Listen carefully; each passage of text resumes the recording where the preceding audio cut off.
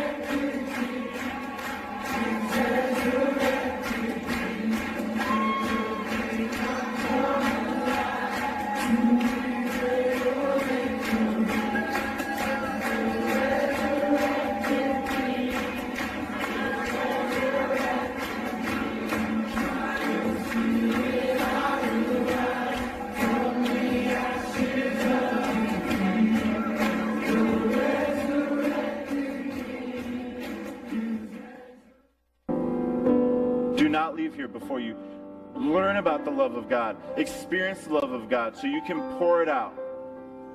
Pour it out, pour it out, and He will fill you back up. Asbury, the world needs this kind of love. Needs it. Syria and Turkey need this kind of love. Your mom and dad need this kind of love. The teammates on your team, the people on your floor. Wilmore, Kentucky, Lexington, Kentucky. The United States needs this kind of love. They need a bunch of Christians experience the love of God so they can pour out the love of God. Not through their own efforts and not through their own knowledge, but because they are filled with His love. Amen? So, experience His love. Become the love of God by experiencing the love of God. Amen? Amen.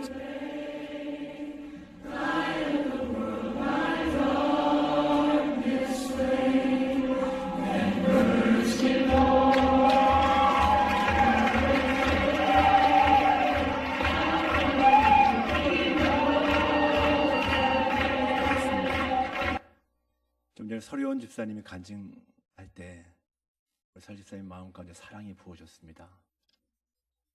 에즈버리 대학교에 체프를 드리는 가운데 학생들 가운데 성령이 강력하게 임하기 시작했습니다.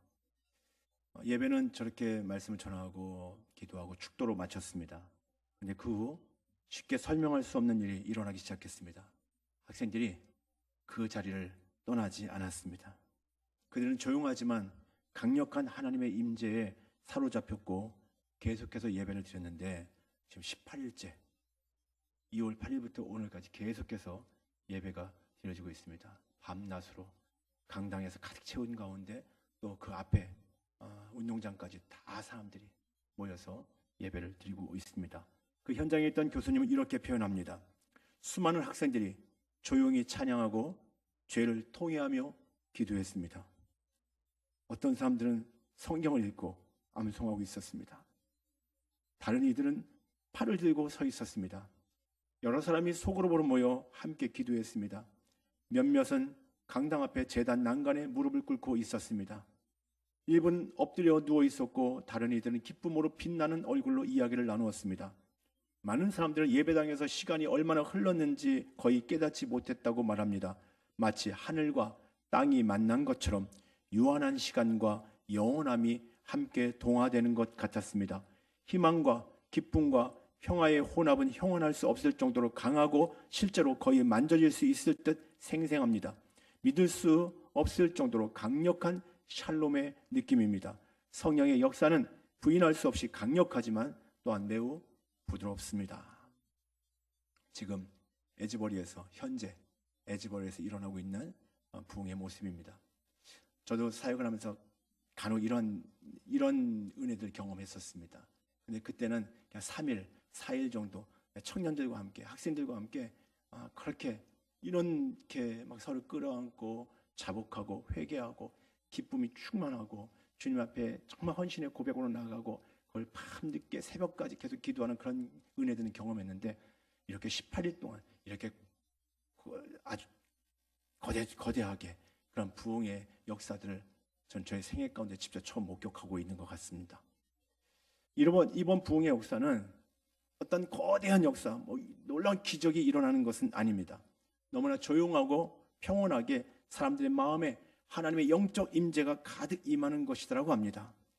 그러니까 지금 우리가 살고 있는 이 시대가 죄악으로 충만한 시대 아닙니까? 코로나, 또 전쟁, 경제위기, 기후위기 등 불안한 시대를 살고 있지 않습니까? 이런 시대, 마치 샬롬으로 임하는 하나님의 부흥인 것 같습니다.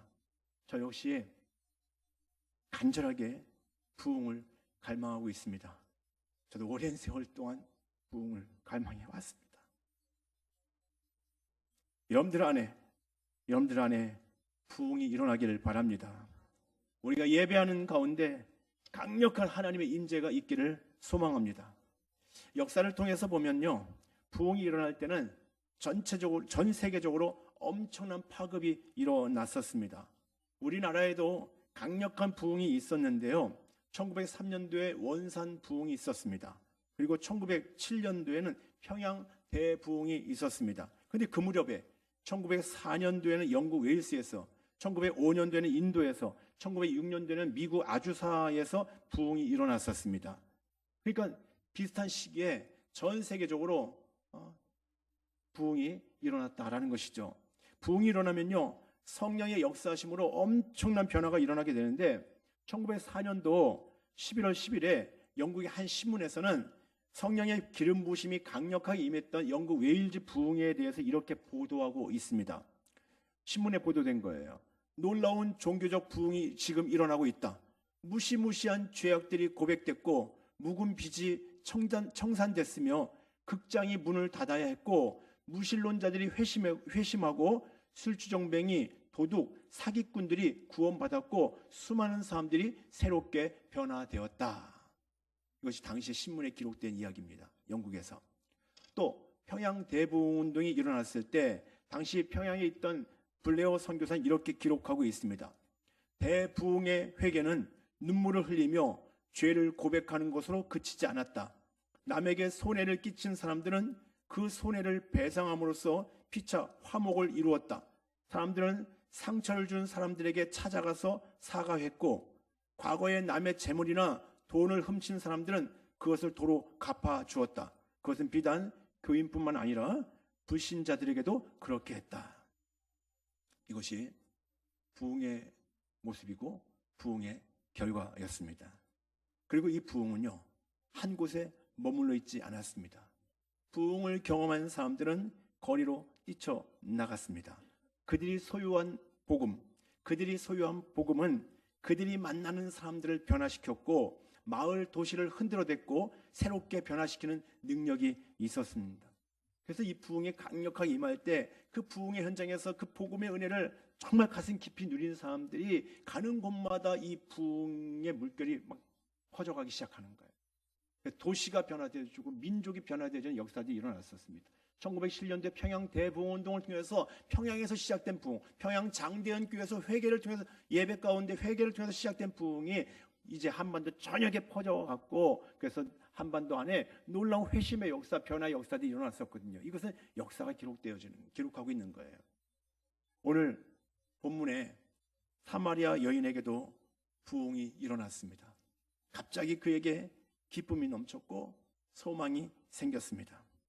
그녀는 지금까지 인생의 목마름으로 삶의 의미를 잃어버리고 살고 있던 여인이었습니다.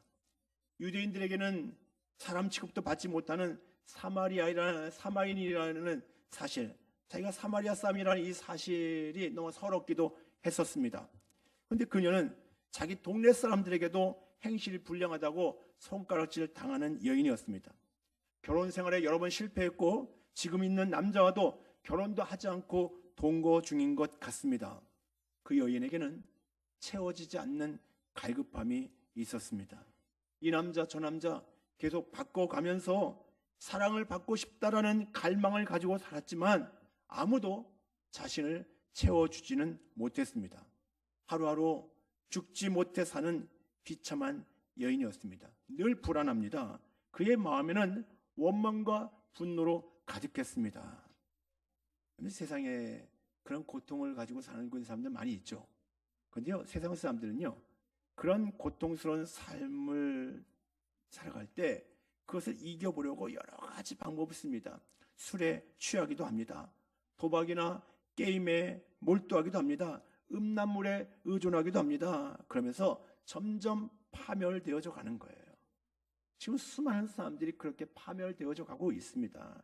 그러나 이 여인에게는요, 다른 것, 그래도 그 고통의 시간을 보내면서 다른 거 의지하지 않았습니다. 이 여인에게는요, 한 가닥 소망의 빛이 있었습니다. 그것은 메시아, 구원자가 오시면 자신이 비참한 삶에서 벗어날 수 있을 것이다라는 믿음이었습니다. 25절에 보면요, 여자가 이르되 메시아 곧 그리스도라 하는 이가 오실 줄을 내가 아노니 그가 오시면 모든 것을 우리에게 알려주시리이다. 이 여인은 메시아를 기다렸어요. 메시아만 오시면은 내가 이 비참한 삶에서 좀 벗어날 수 있겠다라는 그런 믿음을 갖고 있었던 거예요. 비록 세상 가운데서는 무가치하고 허무한 인생을 사는 것 같았지만 그녀는 구원의 갈망이 있었습니다.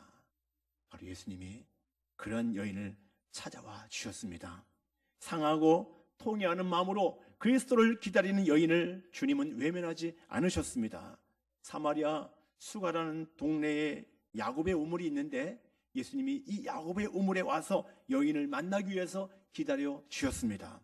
4절 말씀해 보면요, 요한복음 4장 4절에 보면은 사마리아를 통과해야 하겠는지라 이런 말씀이 나와요. 유대인들은 당시에 사마리아 땅을 피해서 다녔습니다. 사마리아가 부정한 땅이라고 해서 같이 그곳으로 가지 않았습니다. 상종하지 않았습니다. 그런데 예수님은 의도적으로 사마리아로 가신 거예요. 의지를 들여서 일부러 찾아가셨습니다. 피곤을 무릅쓰고 가셨습니다. 왜? 잃어버린 한 영혼을 구원하시기 위한 주님의 열심이셨습니다. 그래서 지금 야곱의 우물가에 먼저 가셔서 그 여인이 오기를 기다리고 계셨던 거예요.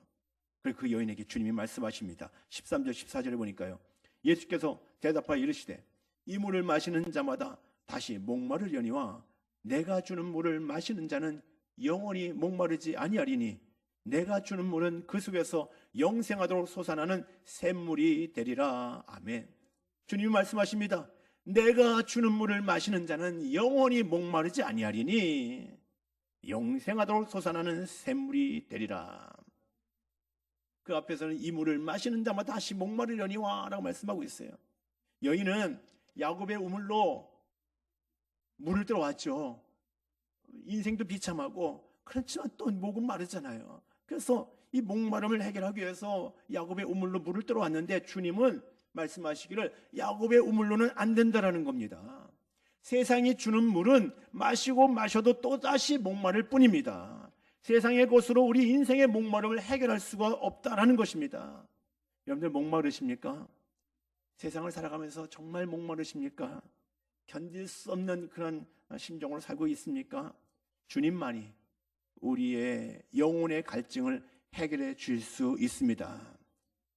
예수님은 그것을 위해서 우리를 찾아와 주셨습니다. 그 예수님을 확실히 만나야 합니다. 그러면 단번에 해결되는 것입니다. 우리 간증한 분들이 주님 만났어요. 또다시 주님 만났어요.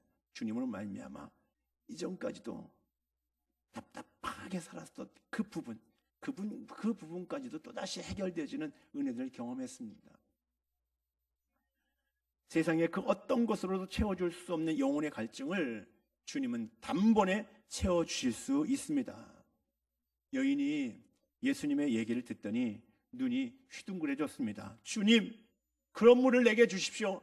그런 물이 있다면 내게 주십시오. 다시는 목마르지 않게 해주십시오.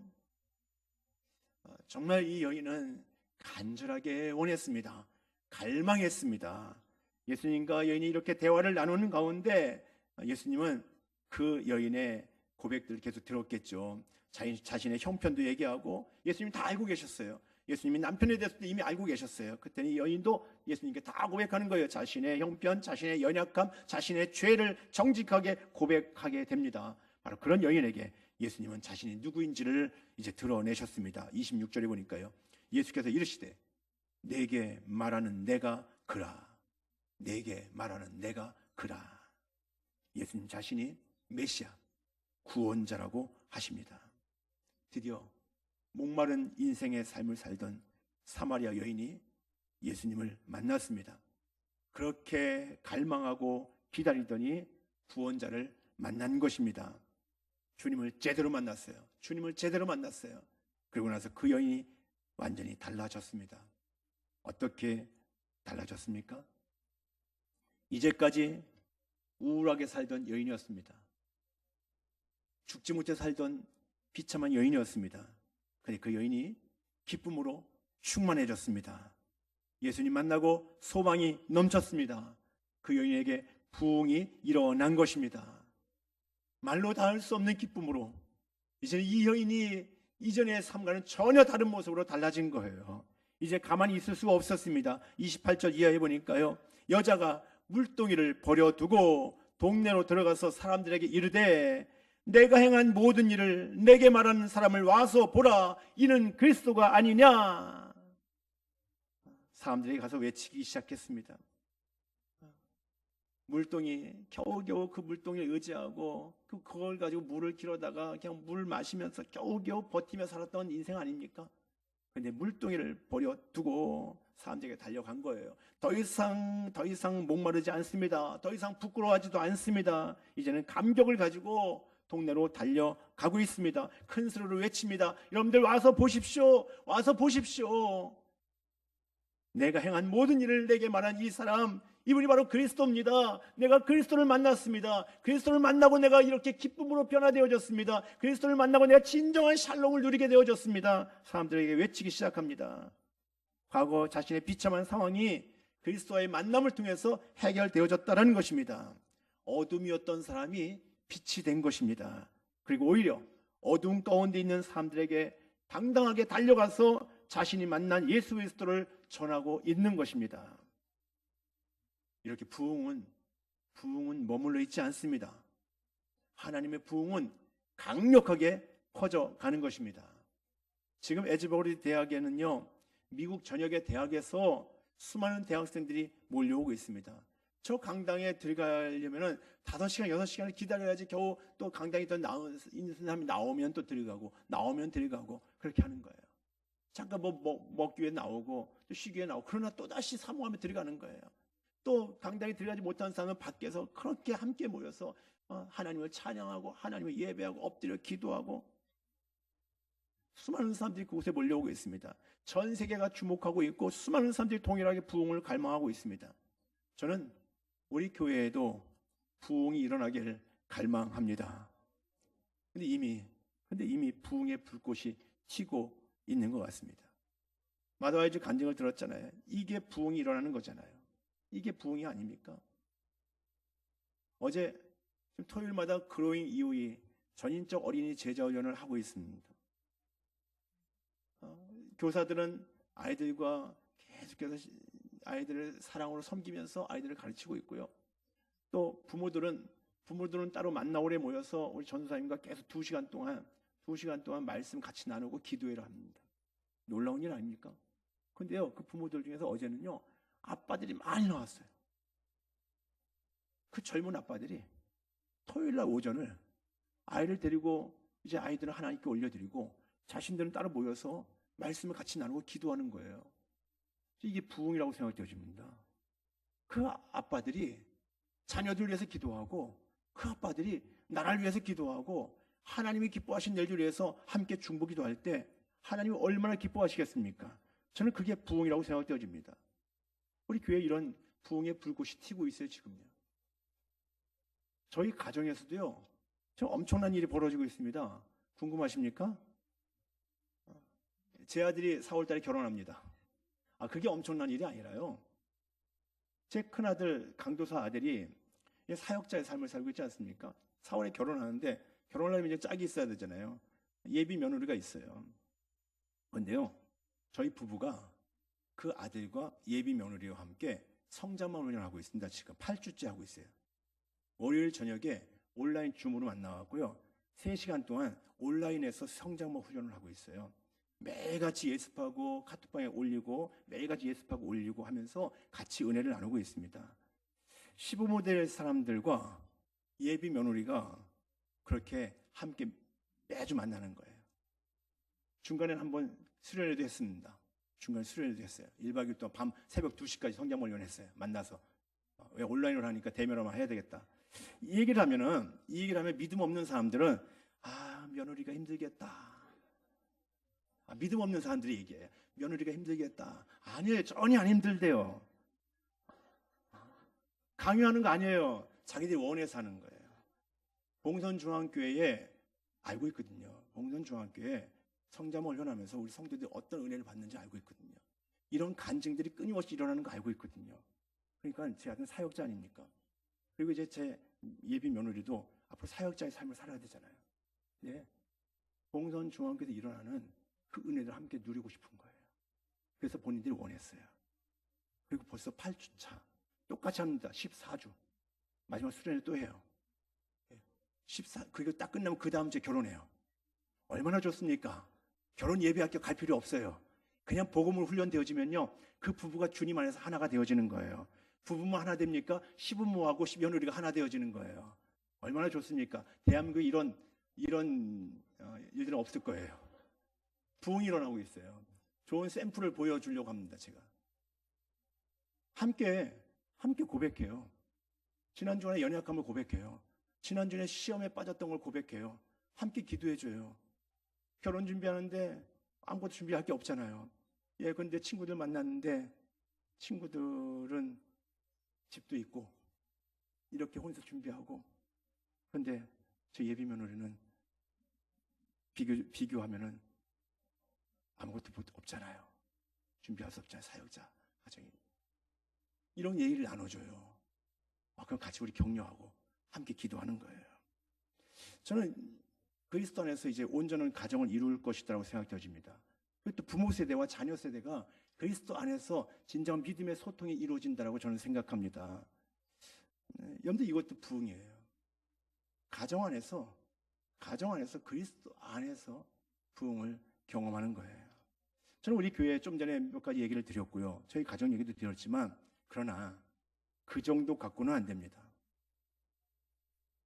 많은 변화가 일어나고 그래서 열매도 나타나고, 근데 그 정도 갖고는 안 됩니다. 더 강력한 하나님의 임재를 사모합시다. 그래야 됩니다. 그래야 살릴 수 있고요. 그래서 세상을 변화시킬 수 있습니다. 지난해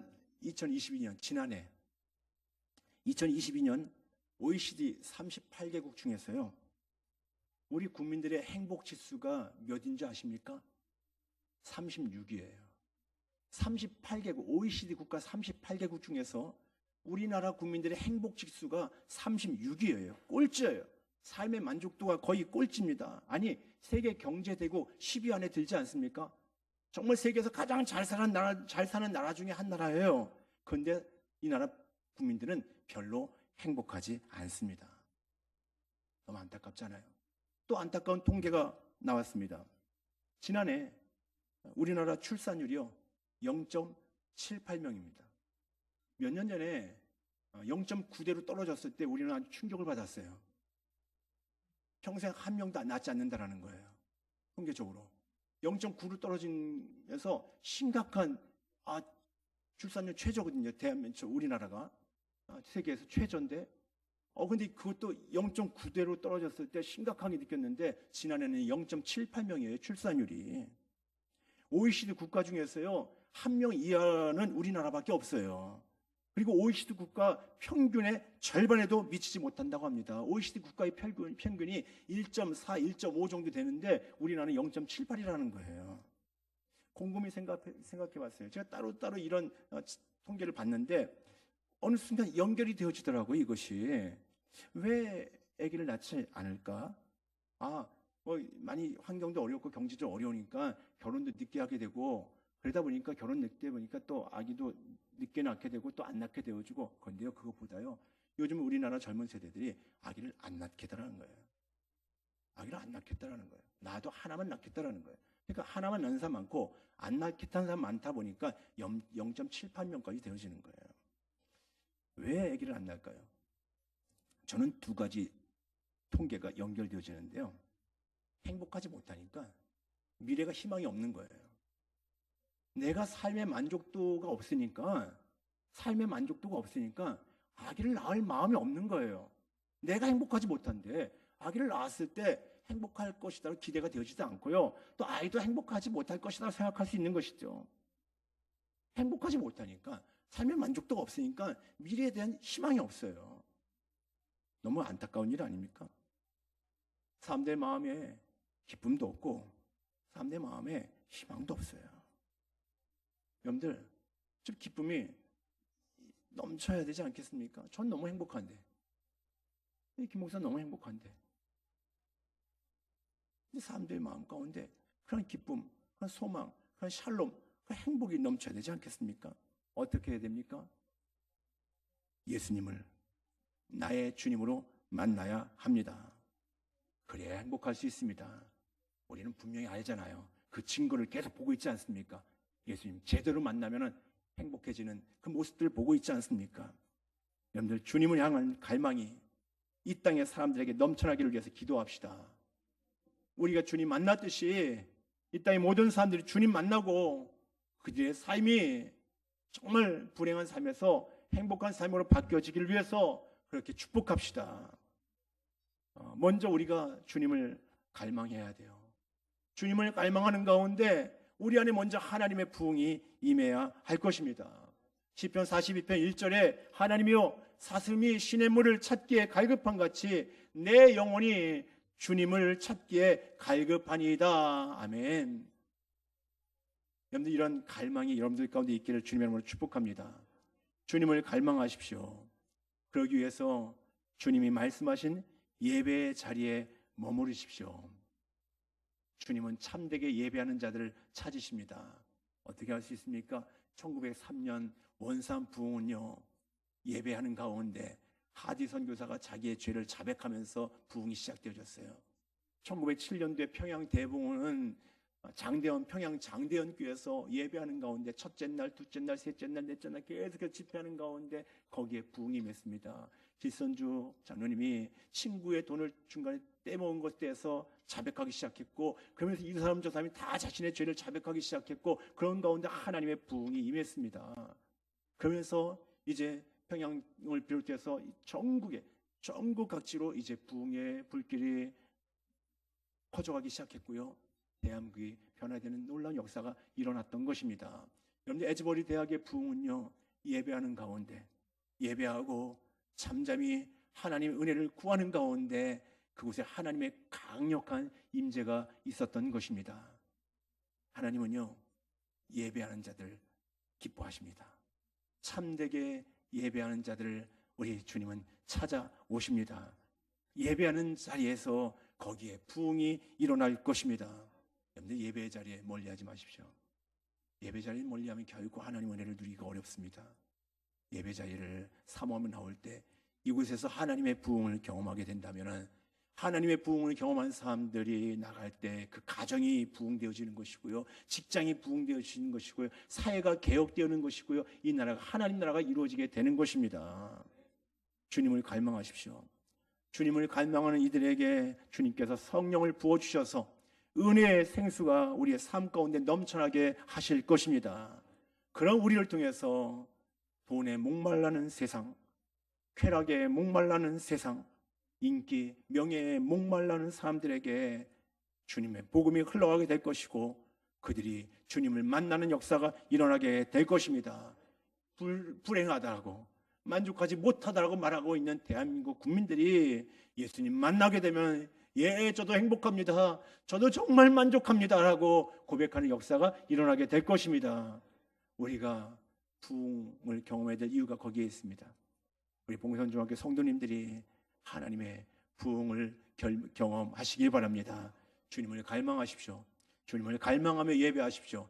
하나님의 부흥이 임하게 될 것입니다. 여러분들 중에서 이 땅에, 이 봉선동에, 광주에, 이 대한민국에, 이 열방 그런 놀라운 부흥의 역사가 여러분들 중에서 퍼져가게 될 것입니다. 그렇게 사모하는 마음을 가지고 기도할 수 있는 여러분들 될 수 있기를 주님 이름으로 축복합니다. 기도하겠습니다.